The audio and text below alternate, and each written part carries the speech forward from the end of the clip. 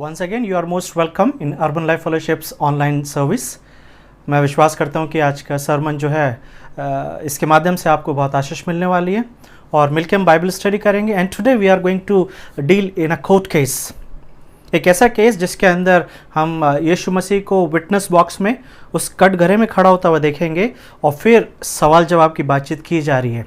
So we are going to put God on a test, and इसलिए मैंने जो title दिया है वो ये God is in the witness box, यानी कटघरे में यीशु मसीह। और जब कटघरे में यीशु मसीह है तो आपने बहुत सारे जगहों पे देखा होगा, मूवीज़ के अंदर देखा होगा या रियल लाइफ में देखा होगा कि जब किसी को कटघरे में खड़ा किया जाता है तो उससे सवाल जवाब किए जाते हैं और रीज़न यही होता है कि जो कटघरे में खड़ा हुआ है उसे साबित करना होता है कि जो वो बोल रहा है या जो वो करता है, जो वो कर चुका है, वो वैलिड है कि नहीं है। तो उसी सब चीज़ों को देखेंगे। मैं विश्वास करता हूँ कि अभी तक के सरमन के द्वारा आपको मरकुस की किताब से बहुत कुछ सीखने को मिल रहा है। ऑनेस्टली मैं आपको बताना चाहता हूँ कि जब से मरकुस की किताब शुरू हुई है जनवरी से, तब से लेकर अब तक ये 7-8 महीने के अंदर मुझे बहुत कुछ ऐसा सीखने को मिल रहा है जो मैंने इससे पहले कभी मरकुस की किताब में नहीं देखा था। So it's really a great blessing for me that I started this book. So along with me, I am definitely can say that you are learning something. And I know there are many people, they are doing a Bible study through this book. तो इसलिए ये एक material हो सकता है, it will be available all the time on YouTube, और ये क्योंकि हमेशा यूट्यूब पे रहने वाला है तो आप इसे इस्तेमाल करें, बाइबल स्टडीज़ ग्रुप बनाएं और वहाँ पे मरकुस की किताब का अध्ययन करें. There would be many more things which I have now touched. तो हो सकता है कि जब आप बाइबल स्टडी कर रहे हैं और सिखा रहे हैं तो कुछ ऐसी चीज़ें आपके सामने आएंगी जो मैंने भी नहीं नोटिस करी होंगी. So please write those things in comments so that I can learn from you. और साथ ही साथ खुशी की बात यह है कि आज स्वतंत्रता दिवस है, it's a independence day. So happy independence day. और मेरी यही कामना है कि जिस तरीके से हम आज़ाद देश में आज़ाद रह रहे हैं, उसी तरीके से यीशु मसीह के द्वारा जो हमें पापों में आज़ादी मिली है उसको भी हम हमेशा आनंद के साथ मना सकें और इस आज़ादी की वैल्यू को समझ सकें. तो आइए आज के वचन में चलते हैं जो कि मरकुस की किताब उसके 8वें अध्याय से लिया गया है. Today's portion I have taken from the book of Mark chapter 8 and today we will see from the verses 11 to 21. मरकुस 8 और उसका 11 से लेकर 21 तक को देखेंगे. If you are joining very first time, हो सकता है कि आप पहली बार आपको ये संदेश मिला है कि आप हमारे इस भाग को सुन रहे हैं, तो मैं आपको बताना चाहता हूँ कि अगर आप यूट्यूब पे हमारे चैनल पे जाएंगे तो वहाँ पे इस सीरीज़ के सारे सरमन आप देख सकते हैं, चैप्टर 1 से लेके और आज का जो सरमन है. हमारी इच्छा यही है कि हम मरकुस की पूरी किताब को स्टडी करें, मिलकर सीखें और प्रभु यीशु मसीह के जैसे बन सकें. तो हम प्रार्थना करें और अपने आप को प्रभु के हाथ में दें ताकि एक बार फिर से जब परमेश्वर अपने वचन के द्वारा हमसे बातचीत करे तो हम अपने आँखों को और कानों को खोल के रखें ताकि हर एक उस चीज़ को हम ग्रहण कर सकें, सीख सकें, समझ सकें जिसके द्वारा परमेश्वर आज हमसे बात करने वाले हैं. आइए हम प्रार्थना करें. प्रभु, हम आपका धन्यवाद देते हैं आज के दिन के लिए, क्योंकि सच में प्रभु आज का दिन बहुत ही आशीषित दिन है. प्रभु, एक ऐसा दिन है कि पूरा हिंदुस्तान, पूरा इंडिया प्रभु इंडिपेंडेंस डे को मनाता है. तो यही मेरी प्रार्थना है प्रभु कि जब सारे लोग उस आज़ादी को याद करते हैं और याद करते हैं कि किस तरीके से एक समय था कि गुलामी में थे, उसी तरीके से प्रभु बहुत सारे लोग और हर एक जन इस बात को याद रख सके कि किस तरीके से हम पापों की गुलामी में थे और प्रभु यीशु मसीह के द्वारा हमें वो आज़ादी मिली है. यदि यीशु मसीह ना आए होते तो हम आज भी गुलामी की अवस्था में जी रहे होते. इसलिए प्रभु हर एक उस जन के लिए प्रार्थना करना चाहते हैं जो अभी तक गुलामी की अवस्था में है. प्रभु उनसे बातचीत करें, मदद करें प्रभु, ताकि हर एक जन उस गुलामी को छोड़ के प्रभु यीशु मसीह पर विश्वास कर सके, ताकि हर एक जन पूरी तरीके से यीशु मसीह में आज़ाद हो सके. धन्यवाद देते हैं आज के वचन के लिए, धन्यवाद देते हैं आज के समय के लिए प्रभु जिसके द्वारा आप हमसे बात करने वाले हैं. यीशु मसीह के नाम से इस प्रार्थना को मांगते हैं, आमीन. तो जिस तरीके से मैंने आपको बताया कि आज के संदेश को जो मैंने टाइटल दिया वो यही है, God is in the witness box, यानी कि कटघरे में परमेश्वर. और अभी तक हम ये देख रहे थे कि पिछले 3-4 संडे से हम इस चीज़ को बार बार नोटिस कर रहे हैं कि प्रभु यीशु मसीह जो हैं वो अन्य जातियों यानी कि गैर यहूदी समाज में उठ रहे बैठ रहे हैं, गैर यहूदी समाज में घूम फिर रहे हैं, वहाँ पे मिनिस्ट्री कर रहे हैं और मिनिस्ट्री का रिस्पॉन्स जो है वो बहुत पॉजिटिव आ रहा है.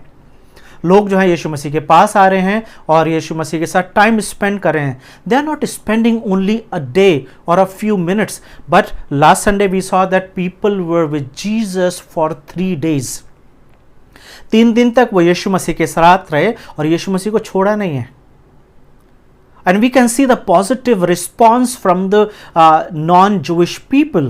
लेकिन जैसे ही यीशु वापस जूइश कम्युनिटी में आते हैं, यहूदी समाज में वापस आते हैं, गलील में वापस आ रहे हैं, तो फिर से ऑब्जेक्शंस जो हैं उसको नोटिस किया जा सकता है। और आज का जो संदेश है वो यही है कि जब 11वीं वर्ष में ऐसा लिखा हुआ है, फिर फरीसी आकर उससे वाद विवाद करने लगे। क्योंकि पिछली बार जब हमने 8, 7 के 10 को देखा था, तो वहाँ पर 8 के 10 को देखा था, तो वहाँ पर ऐसा लिखा हुआ था, और वो तुरंत अपने चेलों के साथ नाव पर चढ़कर दलमनूता प्रदेश को चला गया। यानी कि जीसस जो है वो डेकापोलिस को छोड़ के ही came back into the Jewish territory, and when he is back once again we can see that Pharisees confronting Jesus। फरीसी जो हैं वो वापस आके यीशु मसीह से वाद विवाद कर रहे हैं। कौन है ये फरीसी? ये फरीसी वो हैं जिनके पास मंदिर का अधिकार था। ये फरीसी लोग वो होते थे जो पंच ग्रंथ पे विश्वास करते थे, तोरा पर विश्वास करते थे, और इन्हें पंच ग्रंथ और ओल्ड टेस्टमेंट के बहुत सारे पोर्शंस मुंह ज़बानी याद होते थे। और ये धर्म के ठेकेदार थे। जूइश कम्युनिटी किस तरीके से चलनी चाहिए, उसमें क्या क्या प्रैक्टिसेस होनी है, ये सब वही डिसाइड करा करते थे। फरीसी लोग वो होते थे जो रोम और जूइश लोगों के बीच में खड़े होते थे। यानी कि इनका काम ये होता था कि एक तरफ रोमन एम्परर जो है, यानी कि ऑगस्टस सीजर जो है, उसके साथ एक डीलिंग करके रखना, पिलातुस के साथ एक अच्छे रिलेशनशिप को रखना, ताकि ये जो अभी गुलामी की अवस्था में है, इस अवस्था में ये अपने रिलीजन को, अपने लॉ की प्रैक्टिस कर सके। इनको अधिकार दिए गए थे रोम की तरफ से। इनके पास अपने पुलिस होती थी, इनके पास अपने राइट्स होते थे ताकि छोटे मोटे केसेस को सॉल्व कर सकें, लेकिन इनके पास ये अधिकार नहीं था कि ये किसी को मृत्यु की सजा दें। So we can see that these people have some authority, they have some power which was given by the Roman emperor। और जब हम यहूदी समाज को ओल्ड टेस्टमेंट में से देखते हैं, so those who were in the temple service, जो मंदिर में कार्य करा करते थे, उनको परमेश्वर की तरफ से अधिकार मिला हुआ था कि वो जो थे वो पूरी कम्युनिटी का ध्यान रखते थे। And they used to act like a high priest, they were the high priest and they were the जजेस। और यहाँ पर आके वो वाद विवाद कर रहे हैं और यीशु मसीह से पूछ रहे हैं कि तू हमें स्वर्ग का कोई चिन्ह दिखा। यहाँ पे लिखा है वाद विवाद करने लगे और उसे जांचने के लिए उससे कोई स्वर्गीय चिन्ह मांगा। उसने अपनी आत्मा में आ भरकर इस समय के लोग क्यों चिन्ह ढूंढते हैं? मैं तुमसे सच कहता हूं कि इस समय के लोगों को कोई और चिन्ह नहीं दिया जाएगा। और वो उन्हें छोड़कर फिर नाव पर चढ़ गया और पार चला गया। ये पहला सेक्शन है। हम इस 11 से लेकर 21 तक को 3 भागों में देखेंगे। पहला सेक्शन ये है जहां पे कि हम 1 से लेकर 13 वर्सेस को देख रहे हैं। They are asking Jesus that if you are a God, then you have to prove that you are a God।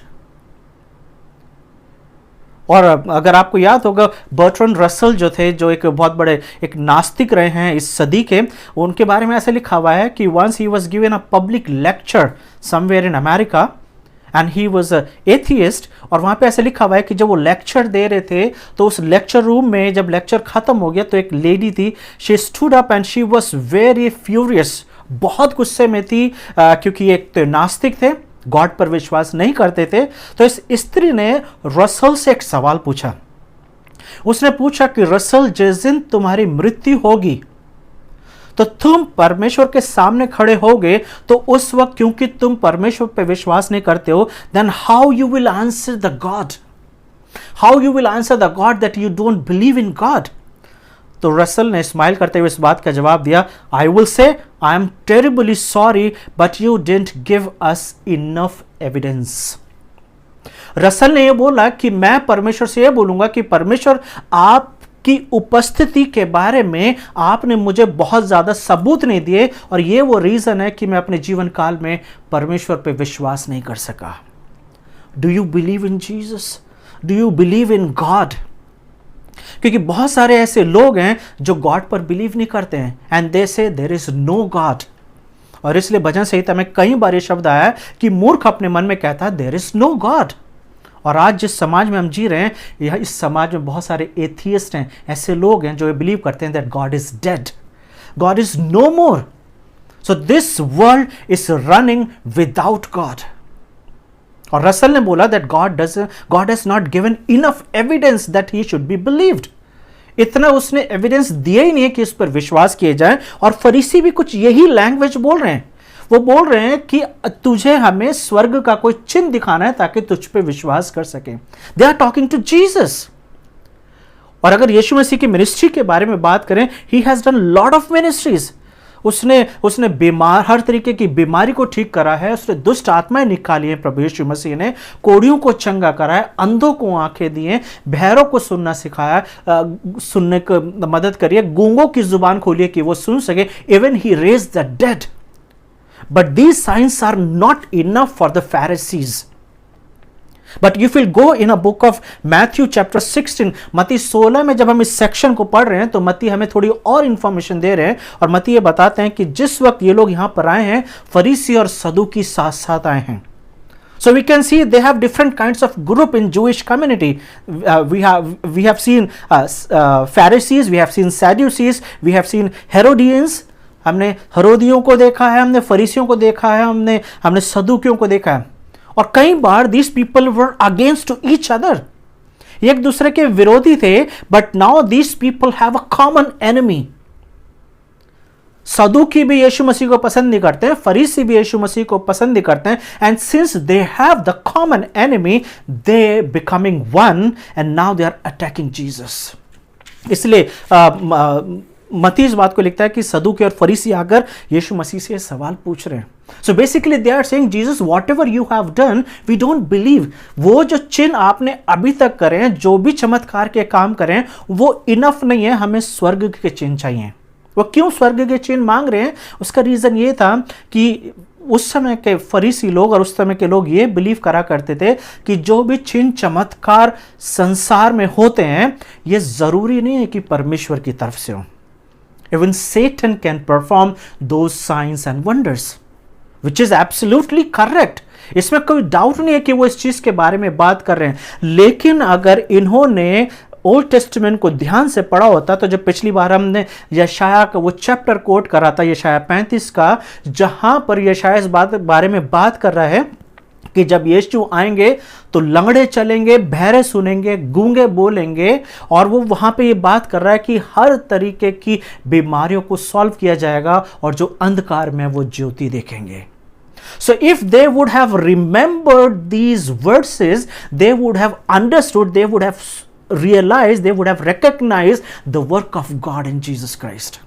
लेकिन वो यीशु मसीह को क्यों नहीं पहचान पा रहे हैं? क्योंकि somewhere they are the blind people. आंखें तो हैं लेकिन देख नहीं सकते हैं, कान तो हैं लेकिन सुन नहीं सकते हैं। They need more evidences. और कुछ ऐसी ही घटना हमने पहले राजा यानी कि 1 किंग्स चैप्टर 18 में, जहां पे एलिया है, और एलिया जो है बाल की आराधना करने, बाल की वर्शिप करने वाले लोगों के साथ बातचीत कर रहा है। और वहां पे वो ने बोल रहा है कि अगर बाल तुम्हारा परमेश्वर है, if Baal is your God, then call him and he will come and he will help you. He will come and he will burn these woods. और वहां पे इस तरीके की एक कंपटीशन टाइप में हो रहा है, जहां पे बाल के पुजारी जो हैं वो पूरी कोशिश कर रहे हैं ताकि बाल देवता की तरफ से किसी तरीके से एक चमत्कार हो और इन लकड़ियों में आग लग जाए। और वहां पे ऐसा लिखा हुआ है, फिर एलिया ने प्रार्थना करी, and he called the God of heaven and he called the God of the universe. और वहां पर ऐसा लिखा हुआ है चैप्टर 18 के अंदर, 18वें चैप्टर के अंदर, पहले राजा में, कि स्वर्ग से आग आई और वो जो लकड़ियां जो इतनी पानी में डूबी हुई थी, जो इतनी गीली थी, they started burning. The fire came from the heaven. तो इससे पहले कि आग स्वर्ग से आई होती, वो लोग एलिया के कामों पर विश्वास नहीं कर रहे थे। They were not believing Elijah. और जब स्वर्ग से वो आग आई, तब उन्हें इस बात का एहसास हो गया that there is a God in heaven. and his name is God Yahweh.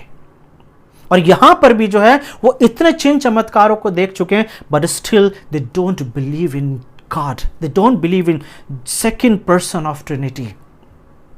They demand signs. वो चाहते हैं कि यीशु मसीह कुछ और चिन्ह और चमत्कार दिखाएं। यहां पर यीशु मसीह कोई चिन्ह के बारे में बात नहीं कर रहे हैं, वो बोल रहे हैं मैं तुमसे सच कह देता हूं, इस समय के लोगों को कोई और चिन्ह नहीं दिया जाएगा। Jesus is not interested to give sign to these people. Already वो इतने काम कर चुके हैं। यहां पर 12वें वर्ष में लिखा हुआ है कि उसने आहा भरी।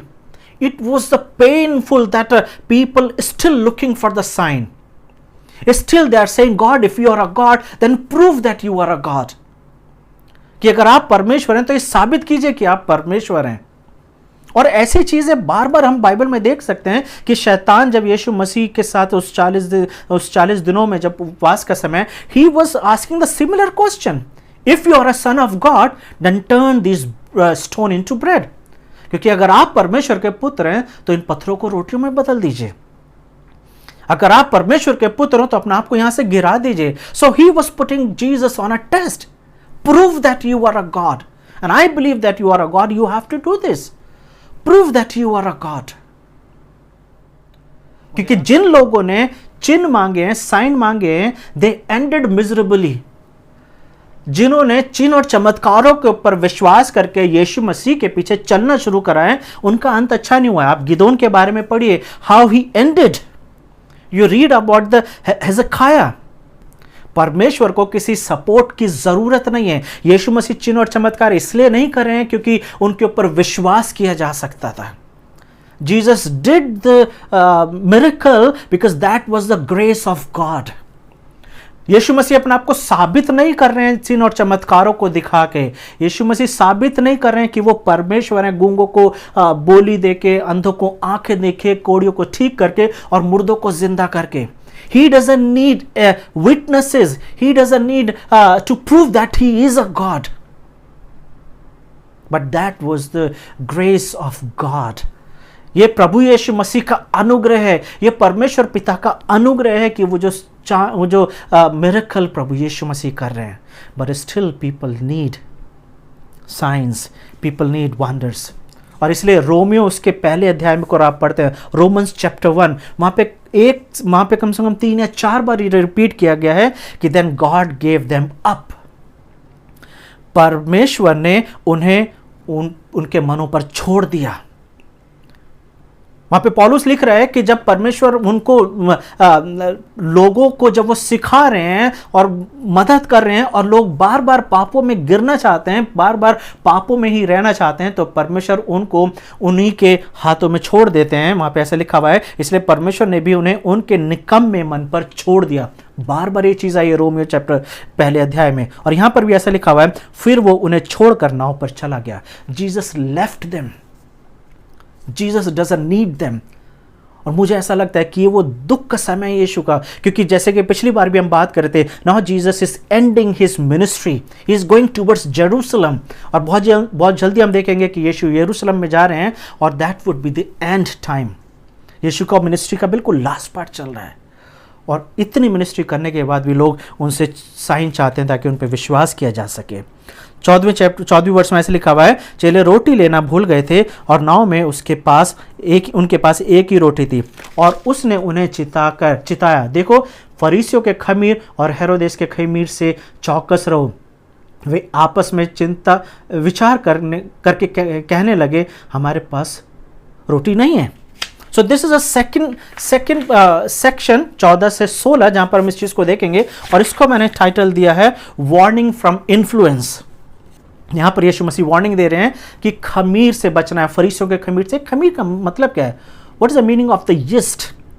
और इसका मतलब होता है कि एक हिपोक्रेसी, यानी कि एक तरीके का बनावटीपन।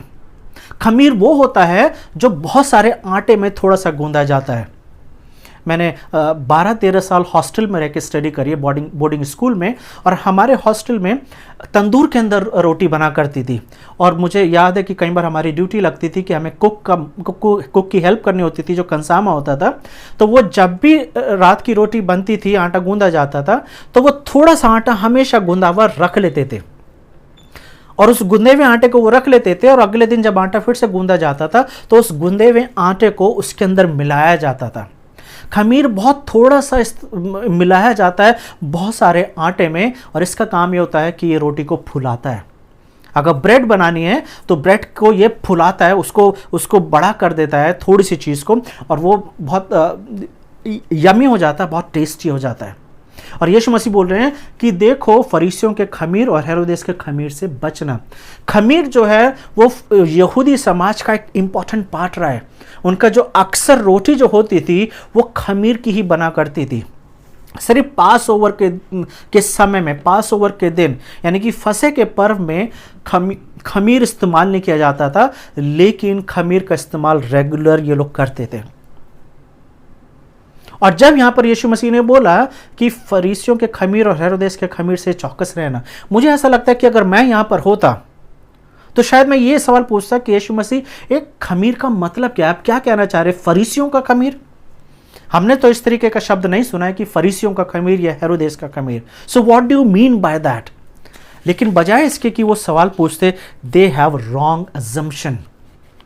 इससे पहले कि मैं आगे बढ़ूं, मैं आपको बताना चाहता हूं कि जब भी आप अगर बाइबल को ध्यान से पढ़ते हैं, so you will notice one thing, Bible is full of metaphors.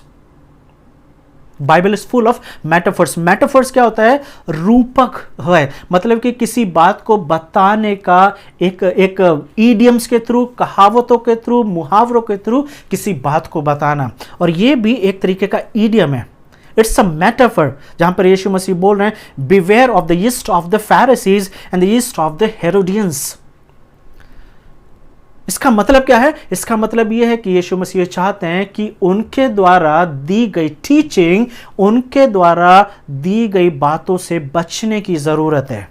और इस वर्ष को, इस बात को समझने के लिए अगर आप मेरे साथ फर्स्ट कोरिन्थियंस चैप्टर 5, पहला कोरिन्थियंस का 5वां अध्याय और उसकी 7 और 8 वर्ष को देखेंगे तो वहां पर ऐसा लिखा हुआ है।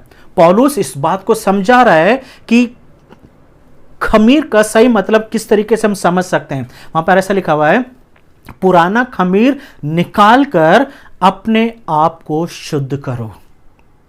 पुराना खमीर निकालकर अपने आप को शुद्ध करो। तो हमारे अंदर क्या कोई खमीर है जो खट्टापन लेकर आ रहा है? What is the yeast? What is the खमीर? ये खमीर यहां पर यीशु मसीह क्या कहना चाह रहे हैं, या पौलुस यहां पर क्या कह रहे हैं? Paul is saying that the yeast is like a sin. वो पाप है, जो पाप है जो एक छोटी से तरीके से हमारे जीवन में आता है, और एक पाप की वजह से पूरा जीवन जो है वो नाशवान बन जाता है। आदम और हवा ने सिर्फ एक गुनाह करा, और इस एक गुनाह की वजह से पूरी मानव जाति परमेश्वर से दूर हो गई।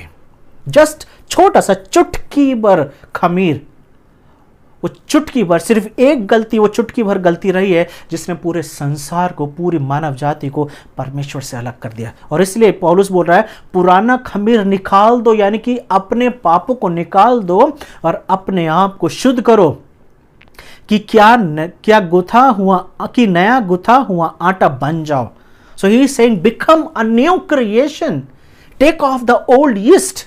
और आगे लिखा हुआ है, ताकि तुम अखमीरी हो जाओ, अखमीरी हो जाओ, ताकि तुम अनलीवेंड हो जाओ, ताकि तुम्हारे अंदर किसी तरीके का पाप ना रहे, क्योंकि हमारा भी फसह जो मसीह है बलिदान हुआ है।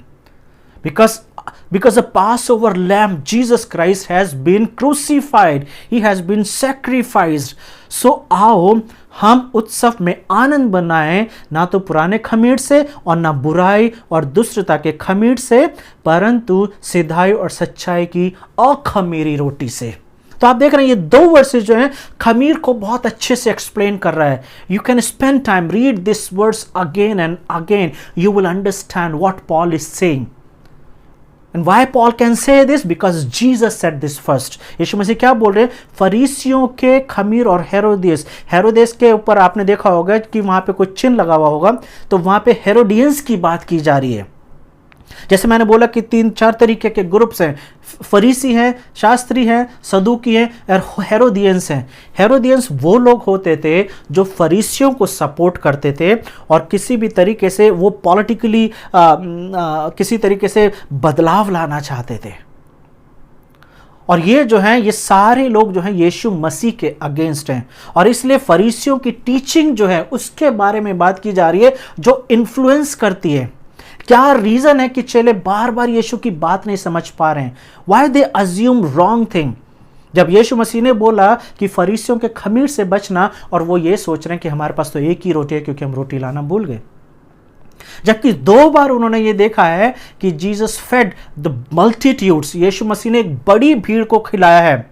कब खिलाया है? जब उनके पास बिल्कुल दे हैव द लिटिल फूड, बिल्कुल थोड़ा सा खाना है, और अभी तो उनके पास एक रोटी है। अगर खाने की जरूरत पड़ी so Jesus can multiply this one bread. वो एक रोटी इतनी हो सकती है कि ये 12 लोग और यीशु मसीह मिलके खा सकते हैं। But somewhere their understanding is dull. Why? Because they were fool. क्या वो मूर्ख थे? नहीं, वो शुरू से फरीसियों को फॉलो करते आए हैं। और जैसे यीशु मसीह ने भी कई बार बोला है कि फरीसी क्या हैं? They are the blind people, they are the blind guide. ये वो लोग हैं जो अंधे हैं, दे आर स्पिरिचुअली ब्लाइंड। और जब एक अंधा दूसरे को गाइड करता है तो वो भी गड्ढे में गिरते हैं और दोनों लोग गड्ढे में गिर जाते हैं। And because they have the mind set, क्योंकि वो उन्हीं को सुनते आए हैं अभी तक, उन्हीं को फॉलो करते आए हैं, तो वो बिल्कुल उनकी अंडरस्टैंडिंग वैसी ही है। जैसे कि एक फ्रेज है, the as king as objects, जैसा राजा होता है वैसी प्रजा होती है। और यहाँ पर यीशु मसीह उनके साथ बात कर रहे हैं और उन्हें सिखा रहे हैं that the teaching of the Pharisees can be persuasive. वो इतनी प्रभावशाली हो सकती है कि वो आपको भटका सकती है। और आपने इसको अपने जीवन में अक्सर नोटिस करा होगा कि लोग जो हैं गलत बात जल्दी सीखते हैं। और अगर बच्चों की बात की जाए, आप बच्चों को सही चीज़ सिखाइए, उसको सिखाने में समय लगता है, लेकिन जैसे ही वो अपने दोस्तों के साथ बाहर खेलने जाते हैं, they learn bad things easily.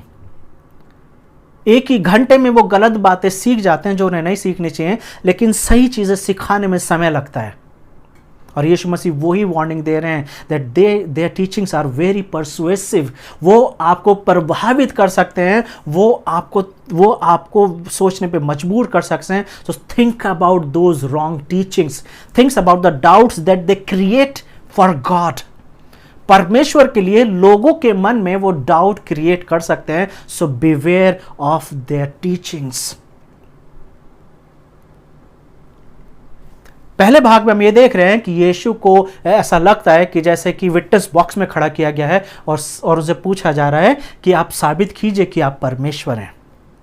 दूसरे भाग में हम ये देख रहे हैं कि यीशु के अपने चेले, बार बार ऐसा हो रहा है, पिछली बार भी मैंने देखा था, they could not understand Jesus. जब यीशु मसीह ने बोला I feel with the compassion when I see this people, give them something to eat. और वहां पे वो बोल रहे हैं कि इस बेयाबान जगह पर कहां से खाने को लाके दें, जबकि उन्होंने अभी कुछ समय पहले ही देखा था कि यीशु ने खाना खिलाया। एंड वंस अगेन, बजाय इसके कि सवाल पूछने के, वो अज्यूम कर रहे हैं कि यीशु मसीह रोटी की बात कर रहे हैं, जबकि अब तक यीशु मसीह ने रोटी की बात नहीं करी है। कहीं पर भी यीशु मसीह ने रोटी की बात नहीं करी है। तीसरा सेक्शन जो है वो है 17 से लेके 21 तक, जहां पे मैंने टाइटल दिया है लैक ऑफ अंडरस्टैंडिंग, यानी कि समझ में बहुत ही अस्थिरता है, समझने में कमजोर है, नहीं समझ रहे हैं। वहां पे 17 में लिखा हुआ है, यह जानकर यीशु ने उनसे कहा, after knowing their understanding, they are still thinking and talking about the bread. Jesus has numbers of questions. बहुत सारे सवाल है यहाँ पे। अगर आप देखेंगे 17 से लेके 21 तक, तो यहाँ पर यीशु मसीह सिर्फ सवाल पूछ रहे हैं, and is asking many questions. और यहाँ पे जब ये सवाल पूछा जा रहा है तो हम देखेंगे कि किस तरीके की टोन यीशु मसीह की है। Question number 1, why are you talking about having no bread? क्यों ये बातें कर रहे हो कि हमारे पास रोटी नहीं है? 18वीं वर्ष से हम लोग देख रहे हैं। और उसके बाद वो पूछ रहे हैं, do you still not perceive और अंडरस्टैंड? तुम अभी भी नहीं समझते हो और नहीं देखते हो। 17वीं वर्ष और 18वीं वर्ष में, आर योर हार्ट्स हार्डन? क्या तुम्हारे मन अभी भी कठोर हैं? Do you have eyes and fail to see? क्या आंखें रखते हुए भी नहीं देख सकते? अंधे हो क्या? Do you have ears and fail to hear? और कान रखते हुए भी सुन नहीं सकते? Do you not remember? क्या तुम्हें स्मरण नहीं कि जब मैंने 5,000 लोगों को के लिए 5 रोटियां तोड़ी थी तो तुम्हारे पास कितने टोकरियां भरकर उठाई? और उन्होंने बोला कि 12। फिर जब 4,000 लोगों के लिए 7 रोटियां थी तो तुमने कितने रोटी के टुकड़े भरकर उठाए? और उन्होंने बोला 7। और ये वाला पोर्शन जो है, जो तीसरा पोर्शन है 21वीं वर्ष, एक क्वेश्चन पे ही खत्म हो गया। उसने उनसे कहा, क्या तुम अब तक नहीं समझते? Do you still not understand?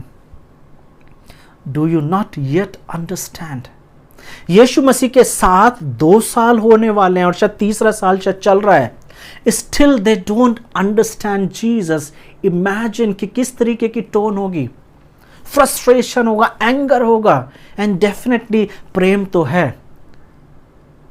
जैसे इब्रानियों में लिखा हुआ है 12वें अध्याय में कि परमेश्वर जिससे प्रेम करता है उसकी ताड़ना भी करता है। Definitely there is no doubt that Jesus loves the disciples.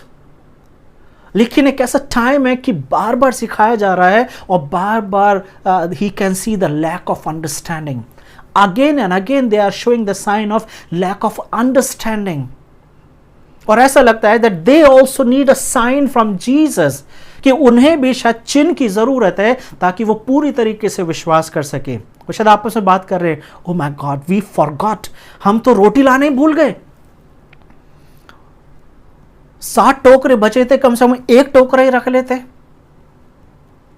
और यीशु मसीह क्वेश्चंस की बम्बार्डिंग करते हैं और एक के बाद एक यीशु मसीह सवाल पूछ रहे हैं, and they are not able to answer, they are just listening.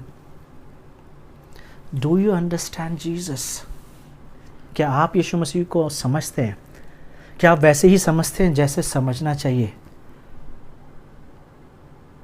This is a big question.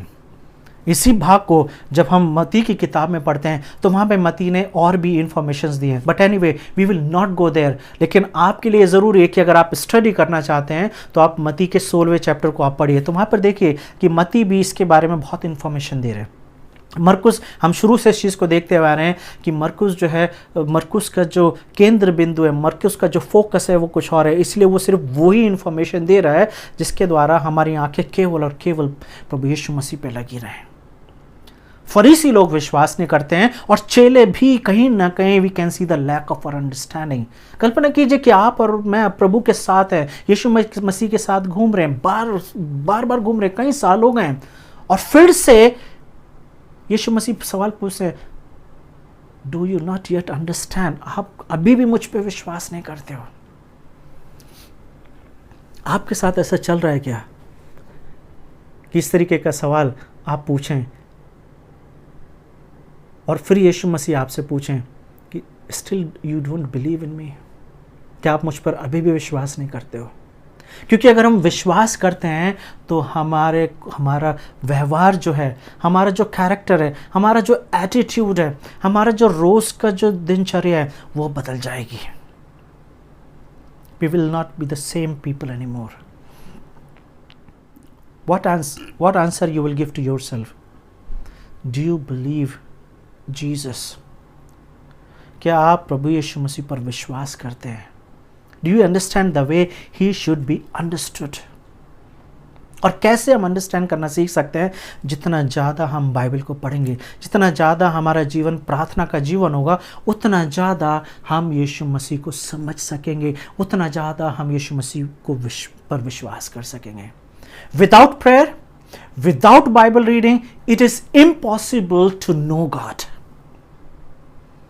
और ये उनके लिए है जो पढ़ सकते हैं, क्योंकि यीशु मसीह बोल रहे हैं आंखें तो हैं लेकिन देखते नहीं हैं, कान तो हैं लेकिन सुनते नहीं हैं। There are people they are spiritually blind. आंखें तो हैं लेकिन आत्मिकता नहीं देख रहे हैं, कान तो हैं लेकिन फिर भी प्रभु यीशु मसीह को नहीं सुन पा रहे हैं। बार बार ये चीज आ रही है कि यीशु मसीह को सुनने के लिए, यीशु मसीह को देखने के लिए we have to open our heart. जिस तरीके से यीशु मसीह ने निकोदेमुस को बोला कि स्वर्ग के में प्रवेश करने के लिए you have to born again, आपको दोबारा से जन्म लेने की ज़रूरत है, उसी तरीके से अगर आपको और मुझे यीशु मसीह को देखना है, अगर आपको और मुझे यीशु मसीह को सुनना है, then definitely we have to open our heart. अगर हमारे दिल के दरवाजे अभी तक बंद हैं तो हम आत्मिक अंधे हैं। What kind of a person are you? क्या यीशु मसीह आपको ये बोल सकते हैं कि मैं जानता हूं कि तुम मुझे समझते हो? There are so much that we need to understand about God. There are so much that we need to know about God. जैसे where we stand, what kind of a responses we give to God. जब परमेश्वर आपसे और मुझसे बात करते हैं, किस तरीके का प्रत्युत्तर आपका और मेरा होता है। और ये सब डिपेंड करता है कि किस तरीके का जीवन आप जी रहे हैं। अगर आप प्रार्थना का जीवन जी रहे हैं, बाइबल पढ़ने का जीवन जी रहे हैं, तो आपके आंसर फ़र्क हो सकते हैं और परमेश्वर आपको बोलेंगे वेल डन फेथफुल सर्वेंट। आइए हम प्रार्थना करें और ये प्रार्थना करें कि जिस तरीके से पूरा देश आज स्वतंत्रता दिवस बना रहा है, हम भी स्वतंत्रता दिवस बना रहे हैं, लेकिन साथ ही साथ हमें इस बात को भी याद रखना है कि we have been set free, हमें आज़ाद किया गया है और इस आज़ादी के लिए प्रभु यीशु मसीह ने अपने बलिदान को दिया है। क्योंकि यीशु मसीह के मारे जाने के द्वारा, गाड़े जाने के द्वारा और जी उठने के द्वारा मुझे पापों की क्षमा मिली है, मुझे अनंत जीवन मिला है, मेरा रिश्ता फिर से पिता के साथ जो अदन की वाटिका में टूट गया था वो फिर से जुड़ गया है। So this freedom which you and I receive in Jesus is more precious and more powerful than any freedom we can have in this world. So हम अपनी इस आज़ादी को और आनंद के साथ मनाएं और धूमधाम से बनाएं। जैसे पौलुस बोल रहा है पहला कुरिन्थियों 5:7 में, वहाँ पर ऐसा लिखा हुआ है 8वें वर्ष में, तो आओ हम उत्साह में आनंद बनाएं। तो आओ हम उत्साह में आनंद बनाएं। तो आइए हम आज आज़ादी के अवसर पे आनंद बनाएं और साथ ही साथ अपनी आज़ादी का जो हमने पापों से पाई है उसका आनंद बनाएं। आइए हम प्रार्थना करें। प्रभु, हम आपका धन्यवाद देते हैं, आप सच में प्रभु अनुग्रहकारी परमेश्वर हैं। हम धन्यवाद देते हैं प्रभु कि जिस तरीके से इब्रानियों 11:1 में लिखा हुआ है कि विश्वास अनदेखी वस्तुओं पर विश्वास करने वाले ही विश्वास होता है। प्रभु, हमें एक चिन्ह और चमत्कार की ज़रूरत नहीं है। हम विश्वास करते हैं प्रभु कि आप सृष्टि को बनाने वाले हैं। हम विश्वास करते हैं प्रभु कि आपने हमें अपने स्वरूप में और अपनी समानता में रचा है। हम विश्वास करते हैं प्रभु कि ये आपका अनुग्रह था कि आपने प्रभु यीशु मसीह को भेजा ताकि यीशु मसीह के कोड़े खाने के द्वारा, मारे जाने के द्वारा, जी उठने के द्वारा, यीशु मसीह ने जिस तरीके का जीवन जिया उनके देखने के द्वारा प्रभु जी हम यीशु मसीह के जैसे बन सकें। हम धन्यवाद देते हैं प्रभु कि आपने हमें चुन लिया है। प्रभु जी धन्यवाद देते हैं प्रभु कि आपने हमें एक्सेप्ट कर लिया है, आपने हमें अडॉप्ट कर लिया अपने फैमिली में प्रभु, ताकि हम हमेशा आपके कहला सकें। हम विश्वास करते हैं प्रभु कि आप हमारे पिता हैं और इसलिए प्रभु जब हम प्रार्थना करते हैं तो हम पूरी तरीके से अपने आप को आपके हाथ में देना चाहते हैं, ताकि प्रभु हमारी सोच, हमारी भाषा, हमारा चाल चलन सब कुछ बदल सके और हम वैसे बन सकें प्रभु जैसे आप चाहते हैं, ताकि दिन ब दिन प्रभु हम बदलते चले जाएं और यीशु मसीह का स्वभाव हमारे जीवन में दिखाई दे सके। धन्यवाद देते हैं कि आज के वचन ने एक बार फिर से प्रभु है ये हमें ये रिमाइंडर दिया है, हमें ये सिखाया, हमें ये बताया प्रभु कि हमें ये सोचने की ज़रूरत है कि किस तरीके के व्यक्ति हम हैं। जब हम अपने आप को विश्वासी बोलते हैं तो प्रभु हमें आपको सही तरीके से समझने की ज़रूरत है। हमारी मदद करें, हमारी अंडरस्टैंडिंग को बढ़ाएं प्रभु, हमारे विश्वास को बढ़ाएं, ताकि प्रभु हम आप पर पूरी तरीके से भरोसा करके, विश्वास करके अपने जीवन में आगे बढ़ सकें। धन्यवाद देते हैं आज के वचन के लिए और इस प्रार्थना विनती को प्रभु यीशु मसीह के नाम से मांगते हैं, आमीन। एक बार फिर से हैप्पी इंडिपेंडेंस डे। ये स्वतंत्रता दिवस आपको बहुत बहुत मुबारक हो। God bless you, have a wonderful day.